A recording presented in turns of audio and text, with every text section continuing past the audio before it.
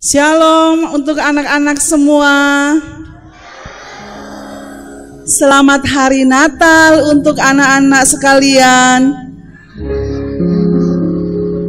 Kita bersyukur kepada Tuhan karena hari ini kita dapat merayakan Natal setelah beberapa atau setahun yang lalu kita tidak bisa merayakan Natal seperti pada hari ini. Kita bersyukur karena kebaikan dan kemurahan Tuhan. Hari ini keluarga besar SD Metodis 6 dapat merayakan Natal bersama-sama. Untuk itu, sebelum kita mendengarkan firman Tuhan, saya mengajak kita untuk berdoa. Mari kita berdoa. Bapa di surga, dalam nama Tuhan Yesus, kami bersyukur Tuhan, kebaikan-Mu ajaib dalam hidup kami. Engkau rela lahir ke dunia ini sebagai manusia untuk dapat menyelamatkan kami. Dan hari ini Tuhan, bersama-sama dengan keluarga besar SD Metodis 6, kami boleh bersama-sama merayakan Natal, baik itu dengan anak-anak kami, orang tua, guru-guru, dan semuanya Tuhan. Kami bersyukur, biarlah hari ini sukacita kami meluap karena kebaikan dan kemurahan Tuhan. Natal yang indah, Natal yang kudus, kami rayakan bukan secara seremonial, tetapi ada dalam hati kami. Dan kami mau mendengarkan firman Tuhan. Tuhan tenangkan hati kami, supaya pikiran kami boleh fokus dan pendengaran kami, tetap kami mendengarkan suara Tuhan. Ini hati kami Bapa, ini hidup kami, berkati hamba yang sudah Engkau utus ke tempat ini untuk menyampaikan firman-Mu. Dalam nama Tuhan Yesus, kami sambut firman yang hidup. Amin. Ya anak-anak yang terkasih dalam Tuhan kita Yesus Kristus, serta orang tua dan guru, bahkan semua keluarga besar SD Metodis 6 yang berbahagia, kita akan mendengarkan firman Tuhan dengan tema Allah beserta kita dari Roma 8 ayat 28. Dan subtemanya, melalui sukacita Natal, keluarga besar SD Metodis 6 mengetahui bahwa Allah hadir di antara kita dan bekerja untuk pemulihan kita di tengah pandemi COVID-19 ini. Anak-anak yang terkasih dalam Tuhan kita Yesus Kristus, Natal itu adalah kelahiran Tuhan Yesus ke dunia ini. Boleh sekali lagi, Natal adalah kelahiran Tuhan Yesus ke dunia ini. Dan kita merayakan dengan penuh sukacita. Kita merayakan dengan rasa bahagia. Kenapa kita bahagia? Karena sesungguhnya manusia itu adalah manusia yang lemah, manusia yang penuh dengan dosa, manusia yang tidak luput dari masalah. Masih ingat bahwa kita pernah menghadapi peristiwa besar yang menakutkan, COVID-19. Bahkan sampai hari ini, sekalipun kita sudah divaksin, beberapa lembaga sekolah sudah mulai tatap muka, tetapi kita masih juga harus waspada. Dan ada lagi informasi di mana ada varian baru yang namanya Omikron, dan itu katanya pengaruhnya hebat, bisa membuat juga mereka yang terinfeksi tidak merasa apa-apa, tapi justru bisa membahayakan. Kita perlu waspada dan tetap waspada. Tapi pagi hari ini kita mau mendengar kabar sukacita. Kita mau mendengar kabar bahagia tentang Natal. Kalau ada anak-anak yang kehilangan keluarga, mungkin papanya, mamanya, atau mungkin opungnya, kakek neneknya, atau mungkin tetangganya yang meninggal karena COVID. Ada juga yang lain, orang tuanya berhenti bekerja karena COVID. Ada juga yang sakit-sakitan karena COVID. Ada begitu banyak masalah yang kita pernah alami, bahkan kita masih juga alami sampai hari ini. Banyak anak-anak di dunia ini yang mengalami kesedihan yang luar biasa. Tahu sebabnya apa? Yang pertama, tidak bisa bersekolah karena dilarang untuk kumpul-kumpul. Siapa yang senang ketika masuk sekolah? Angkat tangan. Wah, senang semua ya. Senang dong ketemu dengan temannya. Ada yang belum bisa sekolah sampai sekarang. Tapi kita bersyukur kita bisa kembali ke sekolah, bertemu dengan teman-teman, apalagi bertemu dengan guru-gurunya yang baik hati. Kita bertemu dengan guru-guru yang mengajar kita. Kita belajar lagi bersama-sama. Kita bergembira, bermain bersama-sama dengan teman-teman. Kita bersyukur. Nah, mari kita melihat Alkitab kita, ayat 28 itu. Ibu akan membaca untuk kita semua, anak-anak, orang tua, silakan melihat Alkitabnya. Ayat yang ke-28, Roma 8 ayat yang ke-28. Kita tahu sekarang bahwa Allah turut bekerja dalam segala sesuatu untuk mendatangkan kebaikan bagi mereka yang mengasihi Dia, yaitu bagi mereka yang terpanggil sesuai dengan rencana Allah. Anak-anak sekalian, apakah kita dapat disebut sebagai anak-anak Tuhan? Amin. Amin. Kita disebut sebagai anak-anak Tuhan. Sebagai anak-anak Tuhan, firman Tuhan berbicara pagi ini mengingatkan kita supaya kita tidak perlu takut, supaya kita tidak perlu khawatir. Karena di dalam masalah kita, di dalam pergumulan kita, Allah turut serta. Allah turut serta bekerja dalam segala sesuatu untuk mendatangkan kebaikan. Ada dua hal yang perlu kita ingat saat kita pulang dan kita renungkan. Yang pertama, ciri-ciri anak Tuhan atau ciri-ciri orang yang mengasihi Tuhan. Di dalam hidupnya, mereka yang mengasihi Tuhan adalah mereka yang punya perasaan, mereka yang punya hati, mereka yang punya pikiran hanya tertuju kepada Tuhan. Siapa yang hatinya, pikirannya hanya tertuju kepada Tuhan? Angkat tangan. Wah, luar biasa. Jadi kalaupun ada masalah, walaupun ada COVID, kita tetap berpikir tertuju hanya kepada Tuhan. Ya, anak-anak yang hati, pikiran, dan jiwanya tertuju kepada Tuhan, dia akan menempatkan Tuhan pada fokus utamanya. Bahkan Tuhan menjadi tingkat yang tertinggi dari semua keinginan dalam hatinya.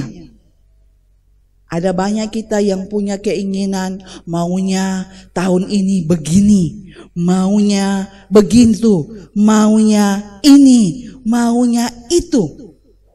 Kita lupa bahwa puncak yang tertinggi adalah mencintai Tuhan. Amin.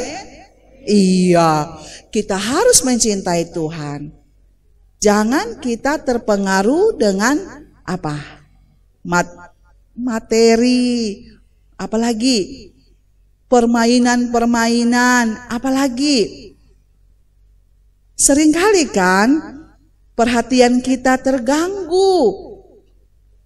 Kita merasa bahwa yang kelihatan saja, Tuhan gak kelihatan. Kita sering bilang begitu.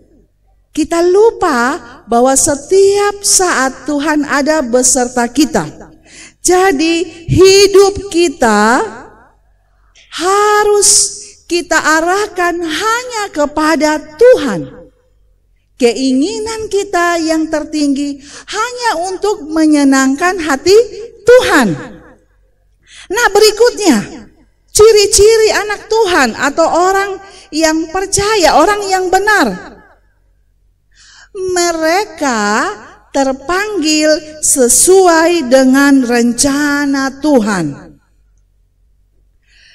Allah memanggil mereka sesuai dengan kehendak Allah. Allah meletakkan mereka dengan beban dan keinginan sesuai dengan keinginan Allah, bukan dengan keinginan kita. Di penjara, ibu mau cerita sedikit. Ibu melayani di penjara anak. Penjara anak itu ada yang umur 11 tahun. Kira-kira kelas berapa itu ya? Kelas 6, kelas 5 juga ada. Mereka ada di penjara. Kenapa kamu di sini? Ibu tanya. Katanya, pertama sekali mereka suka melawan orang tua. Kemudian mereka tidak mau mendengar perintah orang tua. Dan ketiga, mereka terpengaruh pada teman. Jadi kalau temannya bilang apa, dia ikuti. Kenapa dia ikuti? Karena dia nggak mau dengar-dengaran perintah orang tua. Mereka ada di dalam. Nah, kalau sudah di penjara, menurut anak-anak sekalian, itu sebentar atau lama? Lama. Tidur nggak enak, makan nggak enak. Kasihan, mengerikan. Mereka terpisah dari papa mamanya. Mereka tidak bisa bersama-sama dengan adik kakaknya. Mereka tidak bisa merasakan seperti di rumah. Itu akibat dari mereka tidak mau dengar-dengaran sama orang tua. Tidak mau dengar-dengaran apa yang diajarkan gurunya. Tidak mau dengar-dengaran apa yang diperintah oleh gurunya. Akhirnya mereka ada di sana. Nah, ketika mereka ada di sana, mereka ingin keluar. Kalau keluar, berarti mereka harus kerja keras supaya mereka menjadi anak yang baik. Kalau jadi anak yang baik, maka mereka boleh keluar. Ibu yakin semua kita di tempat ini adalah anak-anak baik, anak-anak Tuhan, ya. Nah, mari kita lihat firman Tuhan lagi. Dikatakan, kalau kita adalah anak-anak Tuhan, maka semua kebaikan kita itu, semua perbuatan kita itu dapat kita lakukan karena Tuhan hidup di dalam hati kita. Bukan karena kuat, gagah, atau karena keinginan sendiri. Tetapi keinginan kita, kemauan kita ada di dalam kontrol Tuhan. Siapa yang mau dikontrol oleh Tuhan hatinya, pikirannya? Amin. Kita beri tepuk tangan yuk. Iya, kita harus punya semangat anak-anak Metodis 6 ya, bahwa hidup kita harus dikontrol oleh Tuhan. Nah, mari kita melihat mereka yang mengasihi Tuhan, ya, mereka yang hidup benar, satu itu memiliki ciri-ciri. Yang kedua, Orang kalau punya ciri-ciri hidup baik benar, maka yang kedua apa? Dia akan mendapat hak istimewa atau dia akan mendapat hadiah. Siapa yang suka dapat hadiah? Wah, semua suka dapat hadiah. Ibu juga mau dapat hadiah. Nah, orang yang sungguh-sungguh mengasihi Tuhan, yang pertama dia akan mendapatkan hak istimewanya, kebaikan rohani. Kebaikan rohani itu nggak bisa dibuat-buat.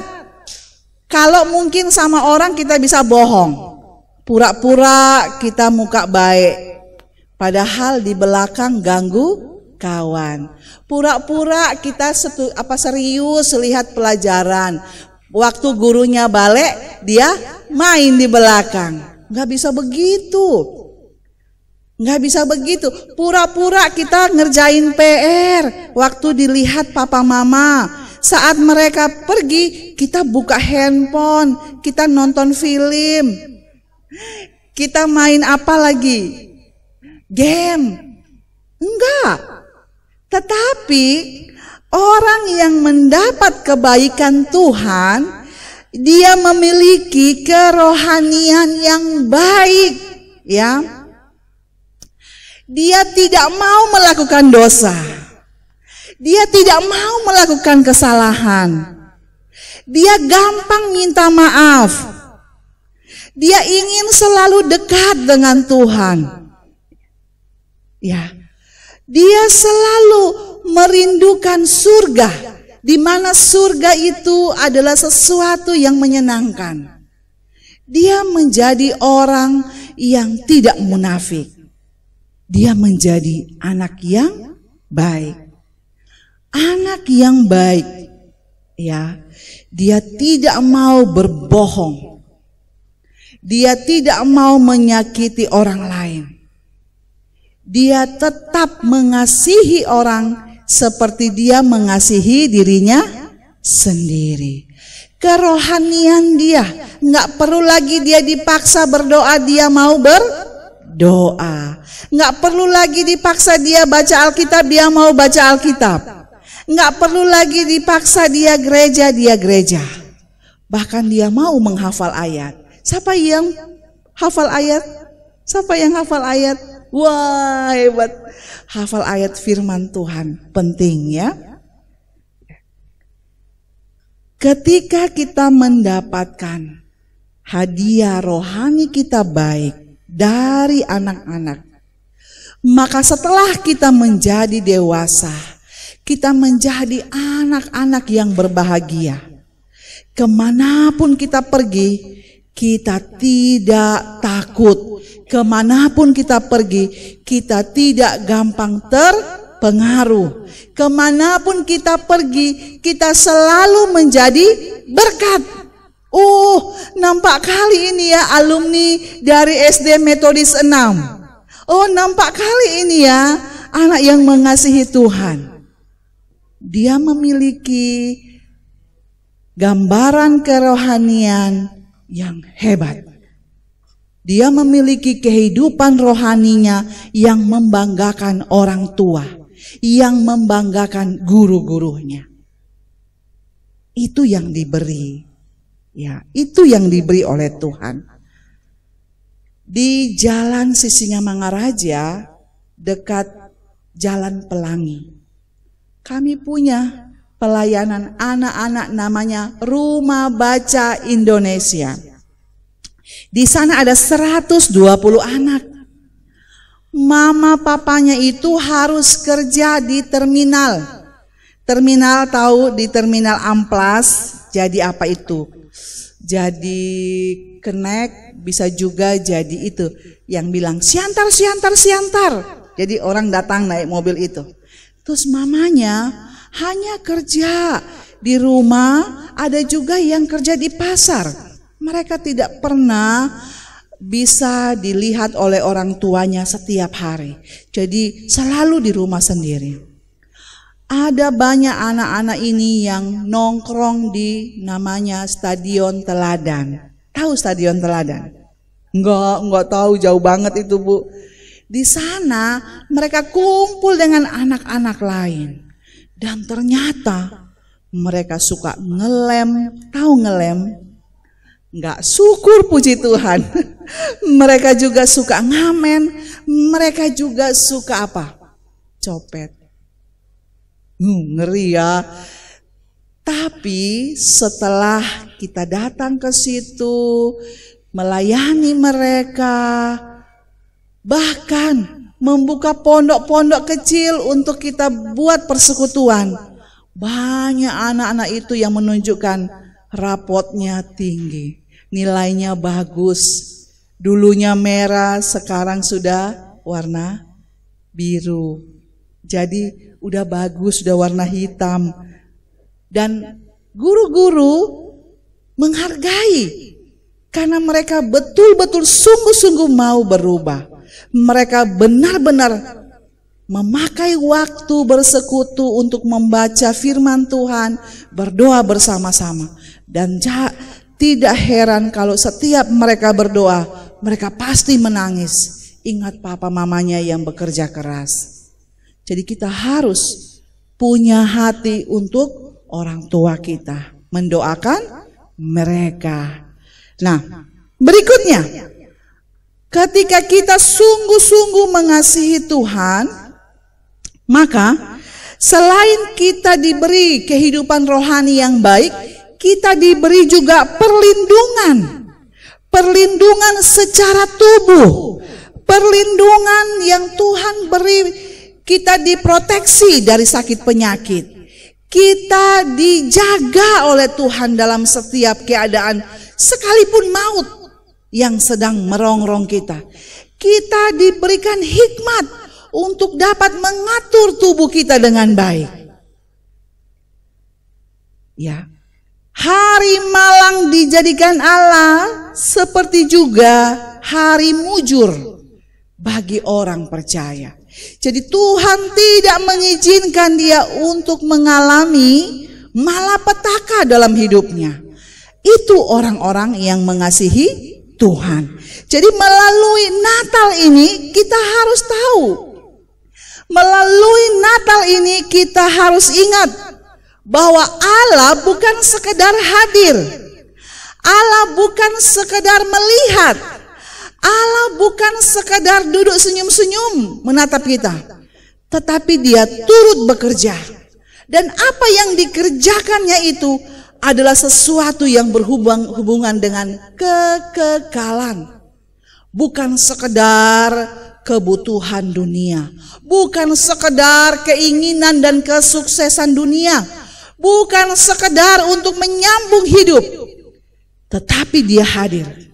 Dan dia memberikan perlindungan kepada kita. Dia bukan sekedar memproteksi secara tubuh fisik, tetapi yang paling utama kita harus mengingat, kehidupan rohani kita dibaharui hari lepas hari. Anak-anak sekalian, Bapak Ibu Saudara yang dikasihi Tuhan, mari kita mengingat peristiwa Natal ini bukan hanya secara celebration, tetapi bagaimana Allah mau jadi manusia yang rela lahir di kandang domba, di dalam segala kesederhanaan dan kehinaannya itu. Dia mau menyelamatkan saya dan kita semua. Bukan sekedar menjadi orang percaya, tetapi kita memberi dampak yang luar biasa. Kemanapun kita pergi, dimanapun kita berada, dalam situasi apapun kita sedang hadapi, dia tetap Allah yang selalu memberikan kehidupan kepada kita. Dia tetap Allah yang selalu menyatakan kebaikan kepada kita. Ada saat-saat kita menangis, ada saat-saat kita mengeluarkan air mata, tetapi sukacita orang percaya tidak dipengaruhi oleh keadaan. Amin. Sukacita orang percaya tidak dipengaruhi oleh banyaknya uang kita. Sukacita orang percaya ketika hatinya masih penuh dengan ucapan syukur kepada Allah. Dan kita katakan walaupun dengan air mata, terima kasih Tuhan, Engkau Allah yang baik dalam hidupku. Itulah yang harusnya kita miliki tiap-tiap saat. Sehingga tidak ada keraguan, kekhawatiran, Tidak ada putus asa, kekecewaan. Mari kita songsong tahun depan, tahun yang baru, dengan kehidupan yang baru, paradigma yang baru, dengan keyakinan bahwa kita ditempatkan Tuhan untuk menjadi saksi dan menjadi berkat dimanapun kita berada. Dan anak-anak kita adalah warisan yang Tuhan percayakan untuk kita jadikan mereka sebagai perpanjangan tangan Tuhan di tengah-tengah kehidupan yang akan datang. Sebab di dalam mereka Allah turut serta bekerja. Mungkin kita jumpa dengan anak-anak yang bandel, anak-anak yang sedang dalam pertumbuhan, yang kita anggap sulit untuk kita layani atau kita beri pengertian. Tapi ketika kita berlutut berdoa, Tuhan turun tangan dan Tuhan mengambil alih apa yang menjadi beban kita.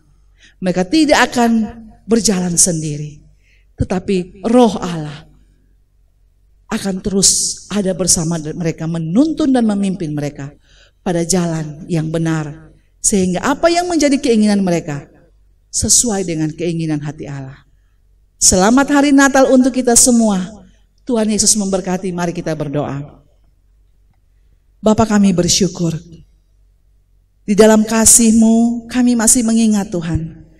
Di dalam pertolongan-Mu kami sadar bahwa Engkaulah satu-satunya puncak keinginan kami yang tertinggi. Kami yakin dan percaya ketika hati kami menyatu dengan hati-Mu Bapa, ketika kami tahu apa yang menjadi tugas tanggung jawab kami, maka pasti Tuhan tidak akan membiarkan kami. Dan Tuhan akan menuntun kami pada keinginan-Mu yang kudus. Kami bukan sekedar menjadi orang-orang yang menanti pagi, siang, dan malam, tetapi kami dapat memikirkan apa yang dapat kami lakukan setiap kami akan melewati hari-hari itu. Dan tentunya itu berdampak dan mempermuliakan nama-Mu. Ajar kami Bapa untuk kami fokus hanya kepada Tuhan.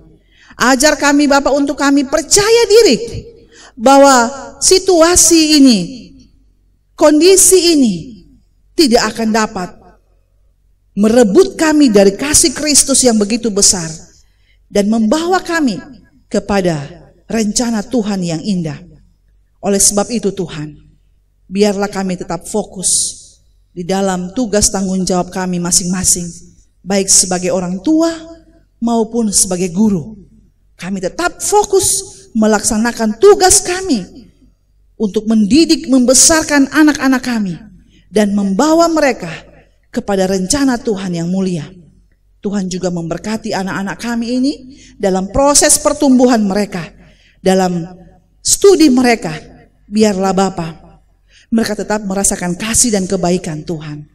Dan mereka dengan sungguh-sungguh, mereka boleh mengikuti semua pelajaran dengan baik. Mereka menjadi anak-anak yang bertanggung jawab untuk menyelesaikan setiap tugas-tugas pelajaran. Bahkan ketika mereka diberi pekerjaan di rumah. Terima kasih Bapak. Berkati pimpinan SD Metodis 6 ini. Biar hikmat dari surga menyertai memberkatinya. Berikanlah dia wibawa rohani yang terus memimpin, menuntun semua guru-guru, bahkan staf yang ada. Kami rindu Tuhan Yesus, mereka tetap memiliki kerjasama yang baik, yang saling pengertian. Bahkan Tuhan, di dalam pengabdian mereka, mereka selalu mengingat bahwa Kristus mencintai, mengasihi anak-anak. Dan itu juga yang dapat mereka kerjakan dan lakukan. Sekalipun dalam situasi-situasi tertekan, tetapi mereka selalu ingat bahwa anak-anak ini menjadi kesenangan bagi Tuhan. Engkau memberkati rumah tangga mereka, Engkau memberkati pergumulan mereka. Biarlah Tuhan tolong sehingga para guru-guru mereka juga tetap bertumbuh di dalam iman. Mereka juga tetap menjadi orang tua yang baik bagi anak-anak, bahkan di dalam keluarga rumah tangga mereka. Berkati semua program-program yang ada Bapak, bahkan persiapan-persiapan yang sedang mereka susun untuk tahun depan. Semuanya kami lakukan hanya untuk hormat kemuliaan bagi nama-Mu saja. Dalam nama Tuhan Yesus, kami bersyukur untuk firman yang indah yang boleh kami dengar pagi hari ini. Amin.